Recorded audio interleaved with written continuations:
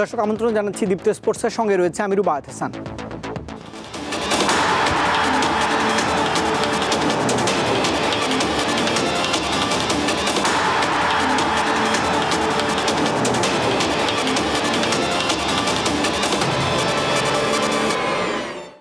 November বিসিবির আমন্ত্রণ পেয়েও নির্ধারিত সময়ে সংবাদ সম্মেলনে প্রবেশের সুযোগ না পাওয়ায় তা বর্জন করেছিলেন সংবাদকর্মীরা।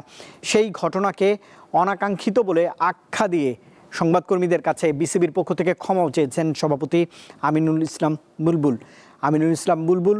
সভাপতি গণমাধ্যমকে আজ এমনটা জানিয়েছেন। আপনাদেরকে আমন্ত্রণ জানানোর পরেও যে ধরনের আমন্ত্রণ রক্ষা করার কাজ ছিল আমাদের ক্রিকেট বোর্ডের বা আমরা সেটা ব্যর্থ হয়েছি। আপনাদের কাছে আমরা ক্ষমা প্রার্থী। আপনাদের কাছে ক্ষমা চাচ্ছি এই জন্য যে এই ক্রিকেটের উন্নয়নে এবং এগিয়ে যাওয়ার অন্যতম বড় একটা স্টেক হোল্ডার হচ্ছেন আপনারা। ভুল আমরা করেছি, ভবিষ্যতে আমরা চেষ্টা করব এই ধরনের ভুল আর না করতে। আপনাদের আমাদের পাশে থাকবেন, আমরা সকলে মিলে ক্রিকেটকে সামনের দিকে এগিয়ে নিয়ে যাব। এবারের বিপিএলে ঢাকা ক্যাপিটালসের হয়ে খেলবেন তাসকিন আহমেদ ও ব্যাটার সাইফ হাসান। মঙ্গলবার ফ্র্যাঞ্চাইজিটির সঙ্গে চুক্তি করেছেন জাতীয় দলের এই দুজন তারকা ক্রিকেটার। বিপিএলের গত আসরে তাসকিন দুর্দান্ত রাজশাহী ও সাইফ খেলেছিলেন রংপুর রাইডার্সের হয়ে। এবার নিলামের আগে সব দলকেই দুজন করে স্থানীয় ক্রিকেটারের সঙ্গে চুক্তি করার সুযোগ দেওয়া হয়। সেটি কাজে লাগিয়েই তাসকিন ও সাইফকে দলে ভিড়িয়েছে ঢাকা। ডিসেম্বরের তৃতীয় সপ্তাহে বিপিএলের দ্বাদশ আসর শুরু হবার কথা রয়েছে। এর আগে 21 নভেম্বর হবে নিলাম।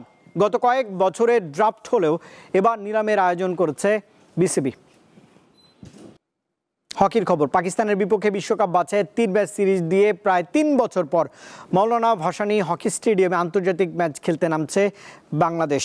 প্রথম ম্যাচ শুরু হবে আগামীকাল দুপুর 2টায়। শক্ত প্রতিপক্ষের বিপক্ষে হারানোর কিছু নেই বলে মনে করছে স্বাগতিক দল, আর অতিথিদের লক্ষ্য ভয়হীন ম্যাচ খেলা। ভারতের রাজগীরে হওয়া এশিয়া কাপ হকিতে নাম ছিল পাকিস্তানে, তবে নিরাপত্তা ইস্যুতে টুর্নামেন্টে অংশ নেয়নি তারা। আন্তর্জাতিক হকি ফেডারেশনের নিয়ম অনুযায়ী কোনো দেশ নিরাপত্তার কারণে অংশ নিতে না পারলে এবং তাদের র্যাঙ্কিং যদি ষষ্ঠ হওয়া দেশের চেয়ে ওপরে থাকে তাহলে প্লে অফ খেলার সুযোগ পাবে তারা। বাংলাদেশ ষষ্ঠ হওয়ায় খেলতে হবে র্যাঙ্কিংয়ে এগিয়ে থাকা পাকিস্তানের বিপক্ষে। বাংলাদেশের সাথে প্লে অফ খেলতে পাকিস্তান দল এখন ঢাকায়। তাদের বিপক্ষে সিরিজ জিতে আগামী বছর 28 ফেব্রুয়ারি থেকে 8 মার্চ অনুষ্ঠিতব্য বিশ্বকাপ বাছাইয়ের খেলার টিকিট নিশ্চিত করা বাংলাদেশের জন্য কঠিন। তাদের বিপক্ষে সিরিজ জিতে আগামী বছর 28 ফেব্রুয়ারি থেকে 8 মার্চ অনুষ্ঠিতব্য বিশ্বকাপ বাছাইয়ের খেলার টিকিট নিশ্চিত করা বাংলাদেশের জন্য কঠিন। আমাদের সবার আন্ডারস্ট্যান্ডিংটা আগের মতোই আছে। আশা করা যায় একটা ভালো কিছু হবে। তবে আমরা চেষ্টা করব যে আমাদের সাধ্যমতো চেষ্টা করার জন্য, ভালো কিছু একটা করার জন্য।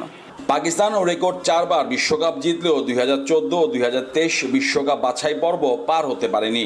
2018 বিশ্বকাপে দ্বাদশ হয় তারা, আর 2017 সালে ঢাকায় এশিয়া কাপে তৃতীয় স্থান নিয়ে সন্তুষ্ট থাকতে হয় পাকিস্তানকে। আমরা কোচ ছাড়া এসেছি এটা বলা ভুল। যাকে দায়িত্ব দেয়া হয়েছে তার অধীনে আমরা অনেকবার খেলেছি।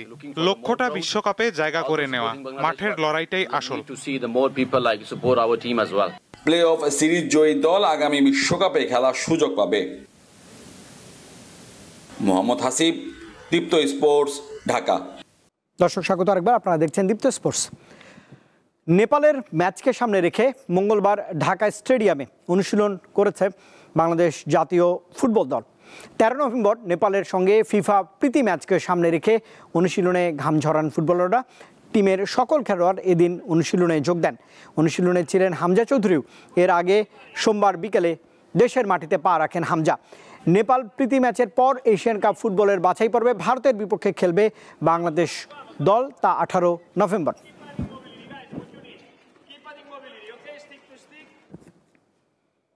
অন্যদিকে নেপালের বিপক্ষে প্রীতি ম্যাচ ও ভারতের বিপক্ষে এএফসি বাছাইয়ে অংশ নিতে মঙ্গলবার রাতে ঢাকায় এসেছেন ফুটবলার সমিত সোম। 13 নভেম্বর ঢাকায় নেপালের বিপক্ষে প্রীতি ম্যাচ খেলবে বাংলাদেশ জাতীয় ফুটবল দল। এরপর 18 নভেম্বর ভারতের বিপক্ষে এএফসি এশিয়ান কাপ বাছাইয়ের ম্যাচে নামবে লাল সবুজের প্রতিনিধিরা। কাভারলি এএফসির হয়ে সোমবার খেলে ঢাকার উদ্দেশ্যে রওনা দিয়েছেন সমিত, আর মঙ্গলবার রাতে দেশে এসে পৌঁছন এই ফুটবলার। বুধবার জাতীয় স্টেডিয়ামে দলের সঙ্গে অনুশীলনে যোগ দেন সমিত সোম। গত 10 জুন সিঙ্গাপুর ম্যাচ দিয়ে বাংলাদেশের জার্সিতে অভিষেক হয়েছে এই ফুটবলারের।